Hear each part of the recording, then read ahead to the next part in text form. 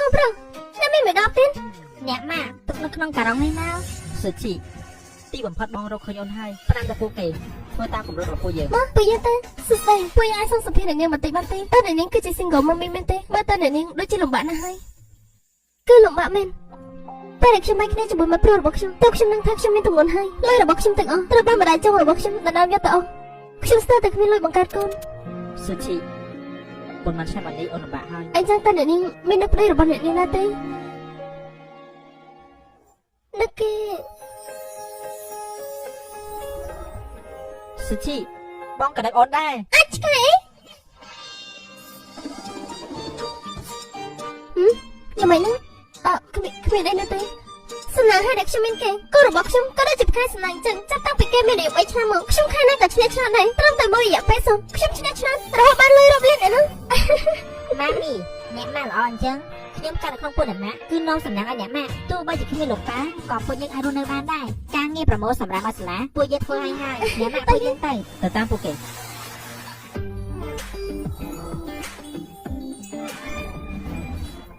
លោកប្រធាននេះគឺជាកម្មវិធីដេញថ្លៃរបស់លោកតោះ អេមិនក៏ពួកយើងមកកន្លែងផ្លែបែបហ្នឹងទេយ៉ាងម៉េច ម៉ាមីបងបៃប៉លលើដល់កម្រដែលអ្នកម៉ាក់ស្រឡាញ់ជាងគេនៅក្នុងសភៅរបស់អ្នកម៉ាក់បើលោកតាគ្មានលទ្ធភាពទិញឲ្យអ្នកម៉ាក់ទេចាំកូនជាអ្នកទិញឲ្យអ្នកម៉ាក់ គំររឿងពួកយើងត្រឡប់ទៅផ្ទះវិញយោក្រែនេះគឺជាបងស្រីក្រៃក្ររបស់ខ្ញុំតាយ៉ាងម៉េចបែរដល់ត្រឡប់មកប្រទេសវិញហើយបានជួយមិនប្រាប់ពួកយើងអញ្ចឹងពួកយើងមិនមែនមានម្ដាយតែមួយទេខ្ញុំដូចជាមិនចំណេញរីកាប្រាប់ឯងនោះទេសំណាងហើយតែឯងមិនមែនជាកូនស្រីបង្ការរបស់ខ្ញុំដូចតែមានកូនជាមួយប្រុសនៅខាងក្រៅដល់ទៅក្រៅប្រទេសបំផ្លាញគេឈ្មោះប្រពៃណីគ្រួសារ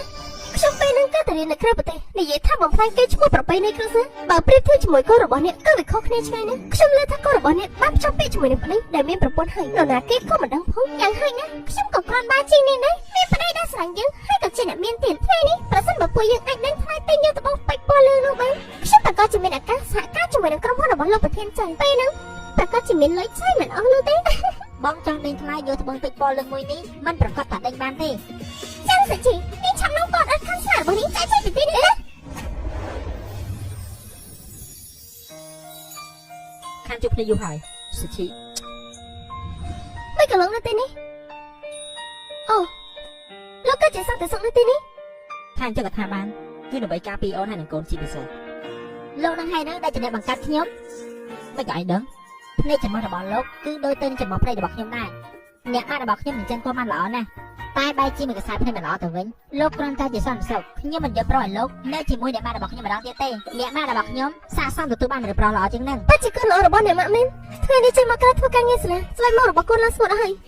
មកប្រើផលិតផលមួយនេះទៅចាំអ្នកម៉ាក់លាបឲ្យណា លោកគឺមិនស័ក្តិសមធ្វើជា daddy របស់ខ្ញុំទេ កម្មវិធីដេញថ្លៃចាប់ផ្ដើមវត្ថុចុងក្រោយសម្រាប់ដេញថ្លៃលើកនេះគឺត្បូងពេជ្រពណ៌លឿងដល់កម្រដែលមានតម្លៃថ្លៃជាងគេបំផុតតម្លៃចាប់ពី1លានឡើង 3លាន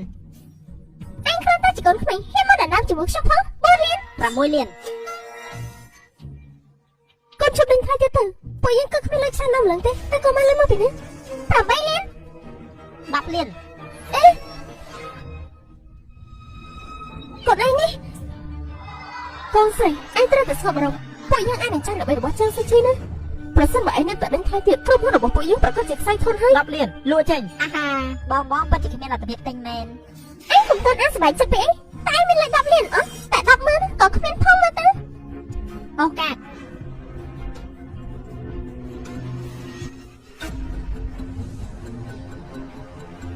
អូកាសបរាជ័យ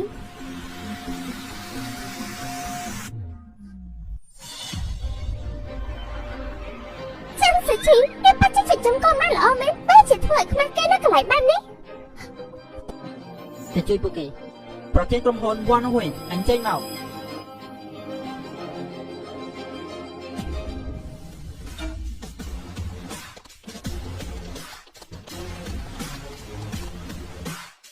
លោកធានតោសុំទៅផងមុននឹងឱកាសបរាជ័យគឺដោយសារតែទីស្ទនរបស់យើងមានបញ្ហាលុយ10លានរបស់លោកពួកយើងយកមកចំណុចសុទ្ធ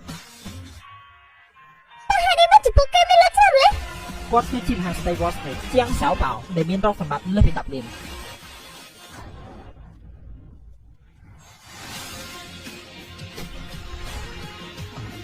ម៉ាមីខ្ញុំប្រាប់អ្នកម៉ាក់ទៅពេលដែលខ្ញុំអាយុ3ឆ្នាំខ្ញុំចេះលេងទីហ៊ុនហើយអាចបង្កើតទ្រព្យសម្បត្តិជាង5នេះដែរណោះសម្បត្តិឆ្នាំដែលអ្នកម៉ាក់លេងឈ្នះកន្លងមកនេះគឺខ្ញុំជាអ្នករៀបចំឲ្យទេ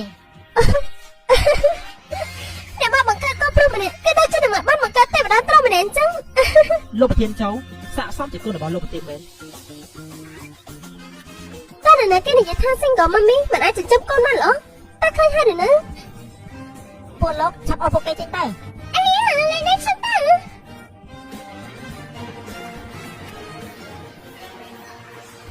ប្រពន្ធសម្លាញ់តើមានរឿងអ្វីហ្នឹង លោកប្តីតែបំផុតមកមិនអស់ហើយបងឆ្លងទៅចាប់ចាងសាជីហ្នឹងទៅ នាងហ៊ាន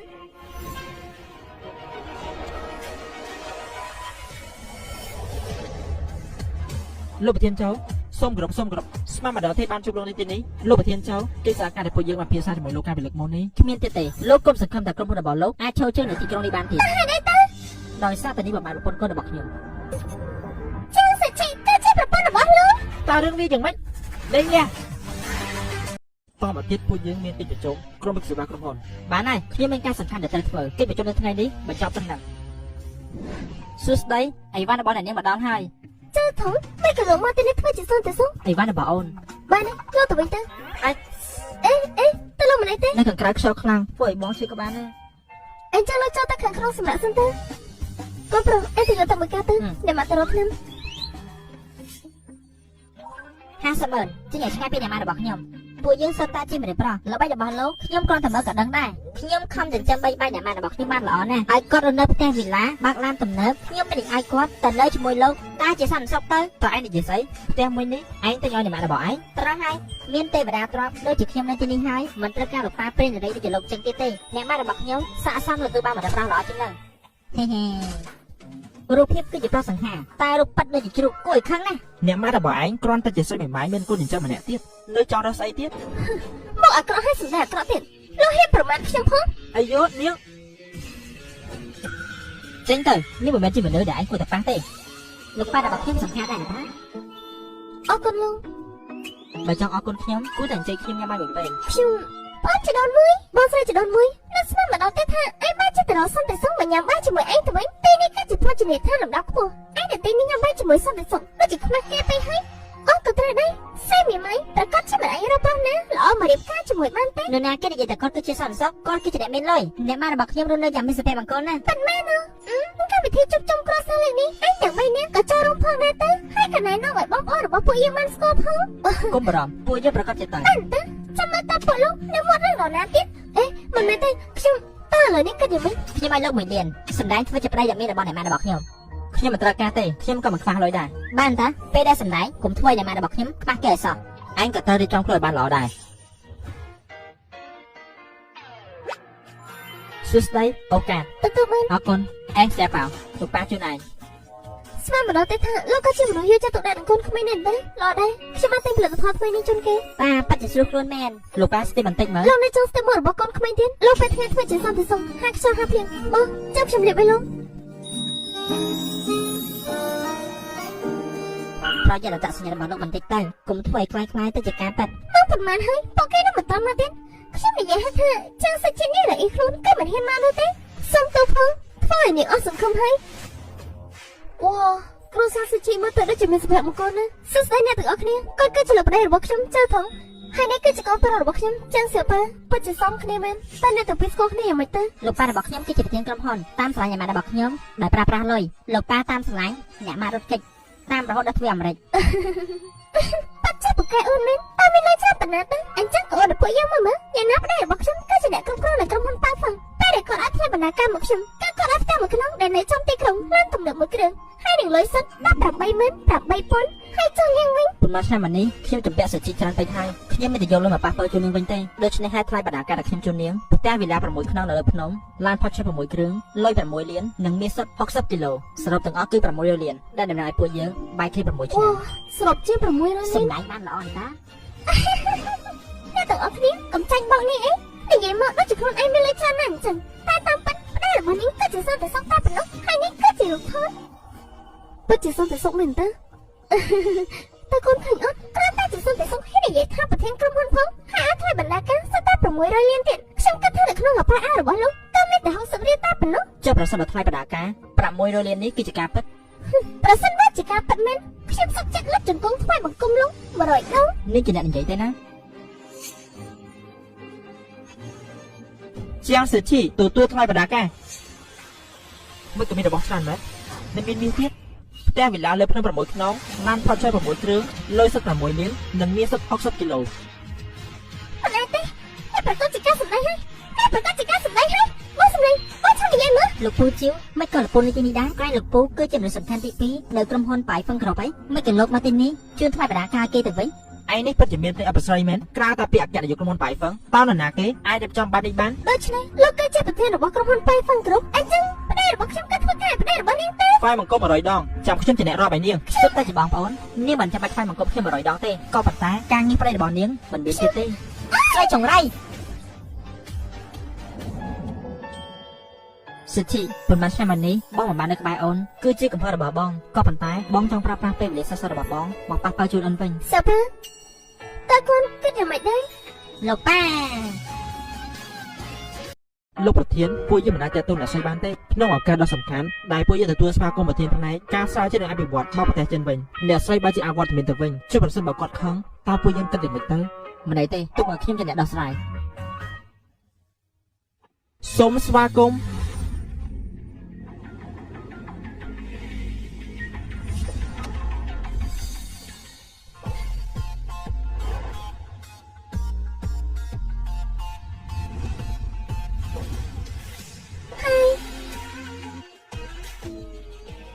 Daddy តើអ្នកស្រីហើយឬគឺជាប្រធានផ្នែកស្រាវជ្រាវនិងអភិវឌ្ឍ ប៉ុន្មានឆ្នាំមកនេះខ្ញុំបានបោះតូនឲ្យអ្នកម៉ាក់របស់ខ្ញុំស្រាវជ្រាវនិងអភិវឌ្ឍ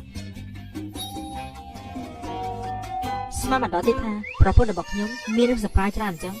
អ្នកស្រីជាងសន្តាគាររបស់ពួកយើងបានរៀបចំកម្មវិធីស្វាគមន៍ដ៏អស្ចារ្យបំផុតសម្រាប់ទទួលអ្នកស្រី តើទេមិនអីទេបងទៅធ្វើការរបស់បងទៅចាំអូនទៅជាមួយអ្នកគ្រប់គ្រង អ្នកស្រីជាងសូមអញ្ជើញ អ្នកគ្រប់គ្រងលោកទៅធ្វើការរបស់លោកទៅខ្ញុំអាចទៅនៅខ្លួនឯងមិនហើយអេចាប់សិនតើទៅមកកម្មវិធីឡើងទី1មែនទេខាងនោះគឺជាកន្លែងអង្គុយរបស់មនុស្សប្រុសហើយខាងនេះគឺជាកន្លែងអង្គុយរបស់ស្រីស្រី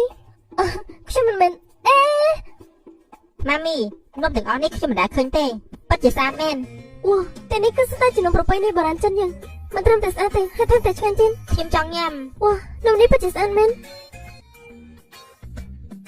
ម៉ាមីពិតជាឆ្ងាញ់មែន តើសន្តិសុខនៅកម្មវិធីមួយនេះពិតជាអន់ណាស់មែនទេសូម្បីតែមនុស្សក្រីក្រដូចជាពួកនាងអញ្ចឹងក៏អាចមកកម្មវិធីនេះបានដែរមើលតែការស្លៀកពាក់របស់នាងទៅមួយតួខ្លួនក៏មិនបាន500ផង អ្នកស្រីទាំងអស់អញ្ជើញថតរូបជុំគ្នា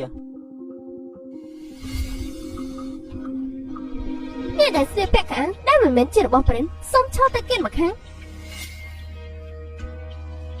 តើសេប៉ា អ្នកស្រីទាំងអស់សូមជួយចិត្តខ្ញុំបន្តិចរូបថតបានផ្ញើទៅហើយ ខ្ញុំបង្កើតក្រុមខ្ញុំនឹងផ្ញើរូបភាពទាំងអស់នឹងឲ្យអ្នកទាំងអស់គ្នា ហេតុអ្វីបានជាគ្មានរូបរបស់ពួកយើង រូបថតនេះដូចជាមិនត្រូវទេហើយដែលបានជាគ្មានខ្ញុំហើយនឹងសេប៉ាខ្ញុំបានឲ្យគេលក់ព្រោះអ្នកទាំងពីរចឹងទីនេះគឺជាកម្មវិធីជួបជុំក្រុមឧស្សាហកម្មទាំងអស់អ្នកស្រីនិងលោកជំទាវដែលឈរនៅទីនេះគឺសុទ្ធតែជាប្រពន្ធរបស់ថៅកែចំនួនធំធំនាងឃើញកាបូបរបស់ពួកយើងទេមិនមែនជាប្រេនអលវីក៏ជាប្រេនហឺមែនដែរហើយកាបូបកណ្ដាលរបស់នាងនេះអាចនឹងធ្វើឲ្យខូចមុខមាត់របស់ពួកយើងឆាប់យកមកឲ្យនាងមើលច្បាស់នេះគឺជាកាបូបស្ទាយម៉ាក់បឺរីដែលខ្ញុំបានរៀបចំសម្រាប់អ្នកទាំងអស់គ្នានៅទីនេះវ៉ាពិតជាស្អាតមែនមនុស្សក្រីក្រដែលមិនដែលឃើញរបស់ល្អបែបនេះប្រហែលជាមិនដែលរៀបចំវត្ថុអនុស្សាវរីយ៍ដូចជាពួកយើងទេមើលទៅខ្ញុំមិនចាំបាច់រៀបចំវត្ថុអនុស្សាវរីយ៍ជូនអ្នកទាំងអស់គ្នាទេពីព្រោះថាទីនេះ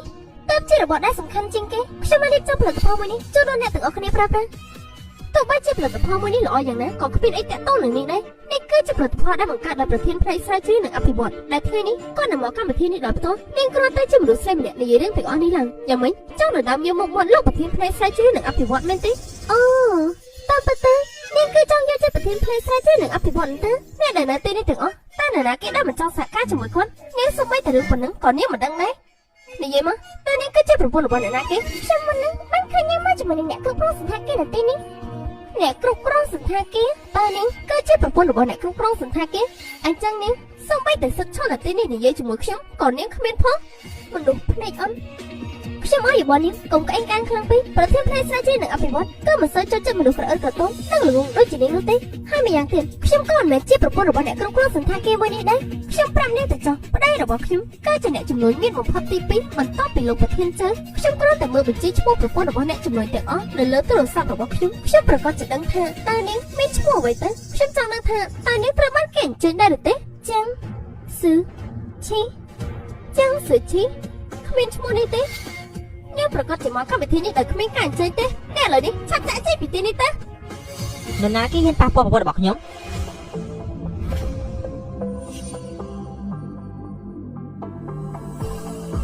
ប្រធានចៅគឺជាប្រពន្ធរបស់លោកប្រធានចៅ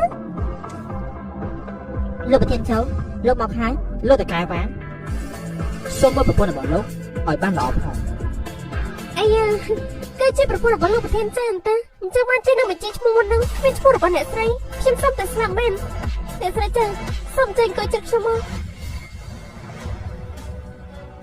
ដោយសារតែខ្ញុំមិនត្រូវបានគេអញ្ជើញមកកម្មវិធីនេះក្នុងនាមជាសមាជិកគ្រួសារទេព្រោះកន្លែងដែលខ្ញុំត្រូវអង្គុយគឺតកជាមួយនឹងប្តីរបស់នាងតើមានន័យថាយ៉ាងម៉េចទៅមានន័យថាយ៉ាងម៉េចទេខួរក្បាលរបស់នាងប្រកាសជាខូចបាត់ទៅហើយភ្នែករបស់នាងក៏តែគ្មានបញ្ហាទេសមាគមវិទ្យាសាស្ត្រឈានមុខគេរបស់ពិភពលោកតើនាងមិនមែនជាសមាគមស្រាវជ្រាវនិងអភិវឌ្ឍផ្នែកវិទ្យាសាស្ត្រទេឬ ប្រពន្ធរបស់ខ្ញុំគឺជាអ្នកដឹកនាំការស្រាវជ្រាវបានត្រឡប់មកប្រទេសចិនវិញដោយនាងត្រូវបានអញ្ជើញជាពិសេសមកកម្មវិធីមួយនេះ កិច្ចសហការជាមួយនឹងប្តីរបស់នាងត្រូវលោកចោលហើយក៏ដោយសារតែនាងមិនស័ក្តិសម តើអូនបានធ្វើអ្វីខ្លះ ម៉ាមីធ្វើស្រែពិតជាសប្បាយមែន ធ្វើការ1ម៉ោងបាន10រៀលអ្នកមកកាន់ដល់ពីក្មេងពេលដែលធ្វើស្រែក៏ចាត់ទុកដូចជាល្បែងកំសាន្តអញ្ចឹងអាចរលុយពីការដកស្ទងនេះឲ្យអ្នកភូមិនៅទីនេះពិតជាងាយស្រួលរលុយមែន ល្អដែរសន្តាគាររបស់ពួកយើងនៅក្បែរនេះដែរតាពួកយើងបានយកអង្គដែលប្រមូលដោយខ្លួនឯងយកទៅអស់ហើយហើយបងនឹងឲ្យចុងភៅធ្វើបបរគ្រឿងសម្បត្តិឲ្យអូនញ៉ាំមួយ លើថាកូនប្រុសជំនួយការរបស់បងថ្ងៃនេះគឺរៀបចំកម្មវិធីភ្ជាប់ពាក្យបានមិនអញ្ចឹងទេពួកយើងចង់កទាំងអស់នេះទុកជាចំណងដៃដល់ពួកគេទៅចំពោះពួកគេមានសុភមង្គល ល្អណាស់ចេញដំណើរប្រពន្ធសម្លាញ់លោកប៉ារបស់បងនិយាយថាលោកប្រធានចៅហើយនឹងប្រពន្ធរបស់គាត់មិនត្រឹមតែឲ្យអង្គប៉ាដែលមានតម្លៃ1លាននៃពួកយើងទេហើយពួកគាត់ក៏មកចូលរួមកម្មវិធីភ្ជាប់ពាក្យរបស់ពួកយើងដែរពួកយើងត្រូវតែរៀបចំកន្លែងអង្គុយទាំងអស់នេះឲ្យមនុស្សអង្គុយឲ្យពេញ ប្តីសម្លេងបងកុំបារម្ភអីមិត្តភក្តិអូនទាំងអស់នៅលើប្រព័ន្ធផ្សព្វផ្សាយសុទ្ធតែជាមនុស្សក្រីក្រនឹងជាពិសេសគឺចាំងសុជីនឹងគឺជាមនុស្សដែលក្រជាងគេពិតជាគួរឲ្យខ្មាស់គេខ្លាំងណាស់ គួរឲ្យខ្មាស់គេណាស់អេអ្នកបំរើឆាប់យកសារអន់ទាំងអស់នេះចេញអស់ទៅយកអាសារល្អចេញមកលឿន អឡលោកប្តីពេលដែលបងចង់ឡានហើយចាំមករកពួកយើងណាចាំងសុជីមិនកាយមកលើទីនេះសួរមីពិតជាใจដន់មែនអូនេះគឺជាអ្នកដឹងខ្លាំងសន្តាគារមួយនេះឬប៉ុន្មានហើយមនុស្សទោះបីជាខំប្រឹងយ៉ាងណាក៏នៅតែមិនអាចកែប្រែវាសនារបស់ខ្លួនឯងបានដែរកាលពីមុននាងគឺជាសិស្សពូកែតវិញយ៉ាងម៉េចទៅនាងក៏ដូចជាអ្នករបស់នាងអញ្ចឹងនៅតែជាអ្នកធ្វើស្រែចម្ការពិតជាគួរអាណិតខ្លាំងណាស់ធ្វើមនុស្សកុំភ្លេចប្រភពដើមមនុស្ស5ចំនួនមុនតើនរណាគេដែលមិនមែនជាអ្នកធ្វើស្រែមនុស្សក្រីក្រដូចជានាងពិតជាពូកែលងខ្លួនឯងមែន ពួកយើងញ៉ាំតែអង្គដែលមានតម្លៃ8001គីឡូតែប៉ុណ្ណោះឆាប់យកឲ្យបានរបស់នាងចេញពីទីនេះទៅ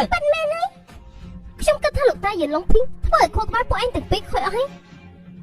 រហូតមកស្គាល់ល្អមកស្គាល់អាក្រក់នេះហ៊ាននិយាយប៉ះពាល់ដល់ខ្ញុំផងលោកតាក្មេងរបស់ខ្ញុំគឺជាមនុស្សចំណិតបំផុតរបស់លោកប្រធានចៅតែជាអ្នកមានជាងគេនៅទីក្រុងមួយនេះគឺលោកពូជាវតាមពិតទៅអ្នកទាំងពីរគឺជាកូនប្រុសកូនប្រសាស្រីរបស់លោកតាជាវនេះហ៊ានហៅប៉ាក្មេងរបស់ខ្ញុំបែបនេះផងចាំសិចតែនេះមិនចង់រត់ទេអីប្រសិនបើលោកប៉ាក្មេងរបស់ខ្ញុំចង់ធ្វើបានពួកនាងក៏ដូចជាសម្រាប់សម្លុតមួយក្បាលអញ្ចឹងពួកនាងក៏តែប្រយ័ត្នបន្តិចទៅ សូមនាងកុំក្អេកក្អាងពេកអីប្រយ័ត្នតែខ្លួនឯងជប់រឿងទាំងអស់នេះទៅតែនាងអាចធ្វើអីខ្ញុំបានទៅនាងលំបាកមួយជីវិតហើយតែដើម្បីតាមកោថតទាំងអស់នេះមែនទេមនុស្សដែលគ្មានមុខមាត់ដូចជានាងនេះ អង្គរបស់ខ្ញុំឆាប់សងអង្គរបស់ខ្ញុំវិញ អាគឺអ្នកក្រប្រយ័ត្នប្រឡាក់ការបស់យើងទៅអេសើពើទៅក៏មិនអីទេខ្ញុំគឺជាកូនស្រីរបស់លោកប៉ាជាវណា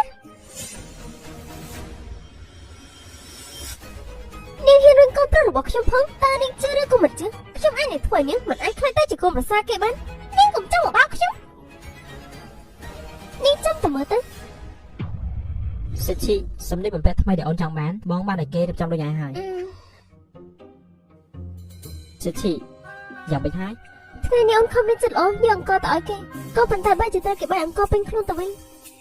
ប្រែក៏សម្លាញ់តែមករបស់កូនមិនអីទេ កុំបារម្ភអ្នកម៉ាក់បទរបស់ខ្ញុំគឺមិនអីទេ តាមពិតទៅអូនមិនចង់បំផ្លាញមកកលការរបស់ពួកគេទេក៏ បន្តែមនុស្សដូចជានាងចឹងរៀបការទៅផ្ទះណាប្រកាសជាផ្ទះនៅរលាហើយអូនត្រូវតែបកស្បែកមុខរបស់នាង អបអោសាតូអបអោសាតូ ពិតជាស្អាតមែនវ៉ាពិតជាស្អាតខ្លាំងណាស់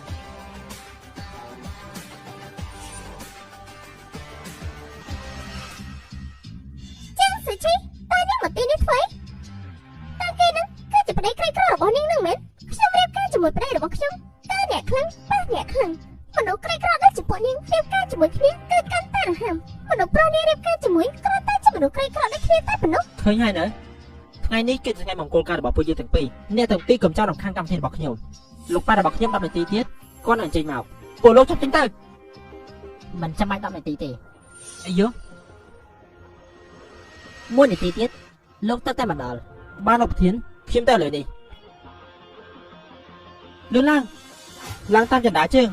សំដែងស្អីហ្នឹងតើលោកអាចមានលេខទូរស័ព្ទរបស់ប៉ាក្មេងខ្ញុំណាយោចេះរៀបចំទាំងមុនទៀតប៉ាជាពូកែសំដែងមែនខ្ញុំប្រាប់ឯងទៅចុះខ្ញុំគឺជាកូនប្រសាស្រីរបស់លោកប៉ាជាវមនុស្សថោកតិចដូចជាពួកឯងអញ្ចឹងអាចសំដែងធ្វើជាប៉ាក្មេងរបស់ខ្ញុំបានដែរ រៀបការខំមនុស្សខ្ញុំមិនគួរណាមានកុំភាសាបែបនេះទេតើ សោះតែសោះឆាប់អស់ពួកគេទាំង3នាក់នេះចេញពីកម្មវិធីរបស់ខ្ញុំទៅ ជប់សិន លោកប៉ាអញ្ចឹងមកដល់ហើយ តើនរណាគេពួកឯងមិនគួរសងជាមួយលោកប្រធាននិងអ្នកស្រី លោកប៉ាប្រកាសជាច្រឡំមនុស្សហើយមនុស្សក្រីក្រទាំងពីរនាក់នេះមិនដែលអាចជាលោកប្រធាននិងអ្នកស្រីចើទៅ បិទមាត់មានភ្លេងអបស្រីមែនលោកប្រធានអ្នកស្រីពួកគេនៅក្មេងមិនដឹងអីមិនស្គាល់អ្នកទាំងពីរអ្នកស្រីបាននិយាយថាចង់យកអង្គទុកជាចំណងដៃរបស់ពួកយើងរបស់ល្អអញ្ចឹងខ្ញុំប្រកាសជាពេញចិត្តទទួល អង្គខ្ញុំបានដឹងមកដល់ហើយគឺអង្គមួយបែរនោះ ពិតមែនឬអ្នកស្រីពិតជាល្អចំពោះពួកយើងពេកហើយឯណាអង្គ អូត្រូវនាងបាច់អស់ហើយ បាទ លោកប៉ាស្ដាប់ខ្ញុំបកស្រាយសិន ស្ដាប់ឯងបោះស្រាយឲ្យឯងស្អី អី តើឯងរំពន្ធយ៉ាងម៉េចហ្នឹងអ្វីដែលពួកឯងបោះចោលមិនមែនជាអង្គទេគឺជាឆ្នាំងដៃរបស់ពួកយើងពីពេលនេះតទៅគ្រូសាស្ត្ររបស់ពួកយើងប្រកាសជាចប់ហើយអាកូនចាំមកទៀត នាងគឺជាស្រីថោកទៀតជាស្រីកញ្ចើធ្លុះមង្គលការមួយនេះខ្ញុំមិនរៀបទេ ខ្ញុំជូនពាក្យមួយម៉ាត់ឲ្យនាងចុះមុនដកដើមឈើគឺត្រូវដករឹសជាមុនសិនមុនធ្វើជាមនុស្សគឺត្រូវមានគុណ វ៉ាអ្នកម៉ាក់ពិតជាស្អាតមែនប្រពន្ធសម្លាញ់អូនពិតជាស្អាតមែន បងប្រជាថងក៏ពិតជាបងមែន នាងគឺ ខ្ញុំគឺជាអ្នកដែលធំឡើងជាមួយបងម៉ាលីលីតែនេះគឺជារឿងរបស់ខ្ញុំតែបងចាំមកឡងអាធំមែនទេមកចឹងខ្ញុំบอกឲ្យ មិនចាំបាច់ទេនាងកំហួសហេតុពេក មិនអីទេម៉ារបស់បងគឺជាម៉ាក់ធំរបស់ខ្ញុំណាស់ទេបងមិនចាំបាច់អីណាទេ ខានជួបគ្នា20ឆ្នាំហើយអ្នកម៉ាក់របស់ខ្ញុំក៏មិនស្គាល់ថានាងគឺជានរណាគេដែរ នាងដូចជាហួសហេតុពេកហើយតើនាងមិនឃើញថាប្រពន្ធរបស់គាត់ហើយនឹងកូនរបស់គាត់នៅទីនេះទេបងប្រុសខ្ញុំលើថាបងបានរៀបការជាមួយនឹងស្រីមេម៉ៃកូនមួយម្នាក់ដែលគ្មានអ្វីទាំងអស់តើគឺជានាងមែនទេ ខ្លាមធំបងស្រីមានរូបរាងអាក្រក់ហើយមានចិត្តអាក្រក់ទៀត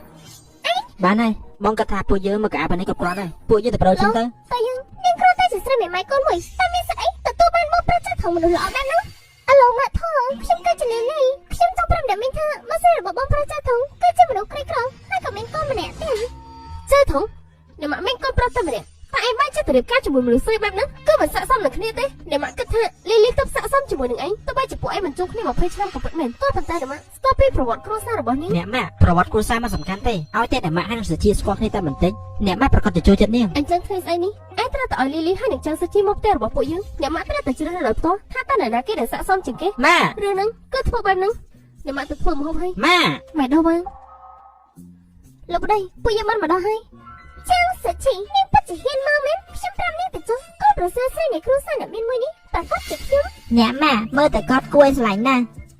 នៅលើករបស់គាត់គឺមានគួរជ្រូក ខ្ញុំមិនចង់ប្រកែកជាមួយពួកឯងទេខ្ញុំត្រូវតែជួបម៉ាក់ធំរបស់ខ្ញុំផងទៅហើយនាងគឺអ្នកមានគឺជាម៉ែដល់បានដែរបំរើនៅក្នុងគ្រួសារនេះមែនទេហ៊ានចាំទៅយើងគឺជាអ្នកបំរើផងដល់ដែរតើខ្ញុំក៏ចង់ដឹងថានេះជារូបបែបណាដែរនៅផ្នែកធ្វើអីទៀតមិនឆាប់ដោះស្បែកជើខ្ញុំទេតែនេះក៏ពុតទៅចង់ធ្វើបោកគាត់មែនទេតែនេះគឺថានេះគឺជាការងាររបស់អ្នកបំរើ បងស្រីអាយុប្រហែលហើយមិនចេះដល់ប្រជែងដល់ខ្លួនឯងទេអីតើបងអត់ដៅអត់ជើងមែន បានទេណាមីពួកយើងចូលទៅចឹងសុជីនេះអាបងអ្នកបំរើតបានពីដល់ស្អីទៅអ្នកមកថតរបស់ខ្ញុំនៅតែមិនប្រមនេះធ្វើជាកូនភាសាគាត់ដដែលហ្នឹងអ្នកមីប្រាប់ពីមុខម្ហូបថ្ងៃនេះខ្ញុំមិនទិញតើនេះចាត់ទុកថាទីនេះគឺជាភោជនីយដ្ឋានមែនទេដែលត្រូវរៀបការប្រាប់នាងនោះគាត់បំរើខ្ញុំពេលគឺជាទូនីតិរបស់គាត់អ្នកបំរើចាំមិនច្បាស់ប្រសិនបើមិនមែនជាសាច់កាហ្វេយក28ថ្ងៃទេខ្ញុំមិនញ៉ាំទេហើយប្រសិនបើមិនមែនជាសាច់គោជប៉ុនទេក៏ខ្ញុំមិនញ៉ាំដែរអញ្ចឹងនេះក៏ទៅត្រង់បាត់ឆ្ងាញ់ទៅតែញ៉ាំអាហ្នឹងទៅ ប្រកាសហើយបន្ទប់ទឹកហើយនឹងមាត់របស់បងស្រីគឺគ្រាន់តែមួយទេ អាចចាំមកថ្ងៃអីមកសាប់គាត់ទៅលេងខាងក្រៅទៅអាចមកមកជួយធ្វើហូបទេក៏មកឈរនៅទីនេះអ្នកមីចាំខ្ញុំជួយអ្នកមីបានទេមិនចាំបាច់ធ្វើល្អចំពោះអ្នកបំរើពេកទេកុំរំអីនាងក៏មិនគ្រាន់បើជាគេប៉ុន្មានដែរកុំគិតថាខ្លួនឯងគឺជាអ្នកបំរើនៃគ្រួសារចៅនេះហើយអាចធ្វើអ្វីបានតាមចិត្តនោះខ្ញុំគឺជាកូនធំម្ចាស់របស់អ្នកមីទោះបីជាខ្ញុំខំចុកកូន20ឆ្នាំមែនក៏ប៉ុន្តែសម្ដេចតែបំរើរបស់ខ្ញុំក៏អាចធ្វើឲ្យអ្នកមីបាត់បង់ការងារនេះបានដែរមើលទៅជាកឯងឯងរវល់មួយនេះទៅហើយតែអ្នកស្រីនៅទីនេះក៏មិនស្គាល់ថាឯងគឺជានរណាគេដែរអ្នកមីអេប្រយ័ត្នតែជាគាត់ខ្មាស់គេណាអ្នកមកថតរបស់ខ្ញុំមិនយល់ទេគាត់ទៅត្រឡប់មកវិញហើយក៏ប្រកាសជាឆ្ងល់ថាតើនៅផ្ទះរបស់គាត់មានអ្នកសំទានមកពីណាទៅសុជីចាំនៅមីខ្ញុំឯងទៅលេងខ្លួនតែនេះគឺជាផលិតផលលាបមុខរបស់កូនក្មេងទៅបើមិនចឹងទេឯងប្រើប្រាស់របស់អ្នកមីទៅមិនអីនោះទេផលិតផលមួយនេះគឺតម្រូវមនុស្សធំក៏អាចប្រើប្រាស់បានដែរសុជីនេះគឺជាបន្ទប់របស់អ្នកមីហើយនេះគឺជាគ្រឿងអលង្ការហើយនេះគឺជាកៅអៅរបស់អ្នកមីដែរអូហឹមម៉េចទឹកអត់មកឆានទូកៅមួយនេះស្មើនឹងផ្ទះមួយក្នុងបាត់ទៅហើយអ្នកមីគឺជាអ្នកបំរើគេមួយខែតែឯងរកបានប្រមាណទៅខ្ញុំគ្រាន់តែឃើញក៏ចង់ធ្វើជាអ្នកបំរើគេដែរសុទ្ធតែជារបស់ខ្លាំងៗទេគឺផលិតផលខ្លាំងៗនេះឯងយកទៅលំមើលអ្នកមីទៅមុំហូបបន្តិចឈប់សិនខ្ញុំគ្រាន់ឃើញពិភពលោកខាងក្រៅអ្នកមីហ៊ានឲ្យចាស់សុជីយកផលិតផលទាំងអស់នេះមកប្រើគ្រាន់តែជាអ្នកបំរើគេហ៊ានយករបស់ម្ចាស់ខ្លួនឯងតាមអំពើចិត្តយ៉ាងម៉េចនៅក្នុងផ្ទះនេះគ្មានរបស់ណាដែលខ្ញុំមិនអាចប៉ះបានទេតាត់ជាអ្នកក្រធំធំមែនឲ្យតែអ្នកមានចំពោះមុខបងប្រាចាធំហើយនឹងមកថតរបស់ខ្ញុំនិយាយថាចាស់សុជីក៏ជាអ្នកលួចខ្ញុំនឹងសងគុណអ្នកមីបានទៅ សិទ្ធិបងត្រឡប់មកវិញហើយ បងប្រាចាធំបងមិនចង់ទៅល្អណាស់ចាស់សុជីនេះមកលើបាននៅក្នុងផ្ទះរបស់បងមកកៅដែលយើងកំពុងស្ទើរទៅតែគឺជាកៅរបស់អ្នកមកបងខ្ញុំគឺមិនបានលួចទេខ្ញុំមានសាស័យម៉ែដល់វិញនរណាគេហៅខ្ញុំអ្នកមីគឺជានរណាគេខ្ញុំគឺជាអ្នកបំរើម៉ែដល់វិញអញ្ចឹងក៏មុននឹងគឺជាអ្នកកំពុងហៅខ្ញុំមែនទេ អ្នកម៉ាក់ ចាអ្នកម៉ាក់អ្នកមីគឺជាអ្នកថតរបស់ខ្ញុំអ្នកម៉ាក់ថតស្ដាប់ខ្ញុំមកស្រាយសិនមិនចាំបាច់បកស្រាយទេនាងគឺជាមនុស្សដែលឲ្យតម្លៃគេឈ្មោះតាមរយៈត្រង់សម្បត្តិគ្មានសិលធម៌ហើយចង់ប្រាប់ខ្ញុំធ្វើបាបជាងសុជីទៀតមនុស្សដែលថោកទាបស្មោកគ្រោកដូចជានាងអញ្ចឹងមិនស័ក្តិសមធ្វើជាគុំភាសាស្រីគ្រួសារចៅខ្ញុំទេក៏ប៉ុន្តែចាស់សុជីក៏នាងមិនស័ក្តិសមដែរនាងតែមានកូនជាមួយនឹងប្រុសដទៃខ្ញុំទទួលស្គាល់តែចាស់សុជីម្នាក់គត់កូនប្រុសរបស់នាងគឺជាចៅប្រុសនៃគ្រួសារចៅខ្ញុំសុជីនេះគឺជាកងដៃមរកតប្រចាំគ្រួសារចៅខ្ញុំតម្លៃជា1លានចាត់ទុកថាគឺជាកដោដែលខ្ញុំជូនឯងជាលើកដំបូងចំណែកឯនាងវិញម៉ែដោះវិញជួបដំណើរភ្ញៀវអ្នកម៉ាក់ធូខ្ញុំឆាប់ទៅអ្នកម៉ាក់ជូនកដោល្អខ្លាំងបែបនោះមកខ្ញុំក៏មានកដោជូនអ្នកម៉ាក់វិញដែរមិនចាំបាច់ទេអ្នកម៉ាក់មិនត្រូវការអីនោះទេ ចៅប្រុសបង្កើតរបស់អ្នកម៉ាក់ក៏អ្នកម៉ាក់មិនត្រូវការដែរ សើប៉ា លោកយាយសិទ្ធិគឺជាមិត្តស្រីដែលស្ពីកកាបូកីឡាឲ្យខ្ញុំតាំងពីលើកមុនហើយស្រាប៉ាគឺជាចៅប្រុសបង្កើតរបស់អ្នកម៉ាក់ គឺជាចៅរបស់លោកយាយខ្ញុំមានចៅបង្កើតម្នាក់ហើយ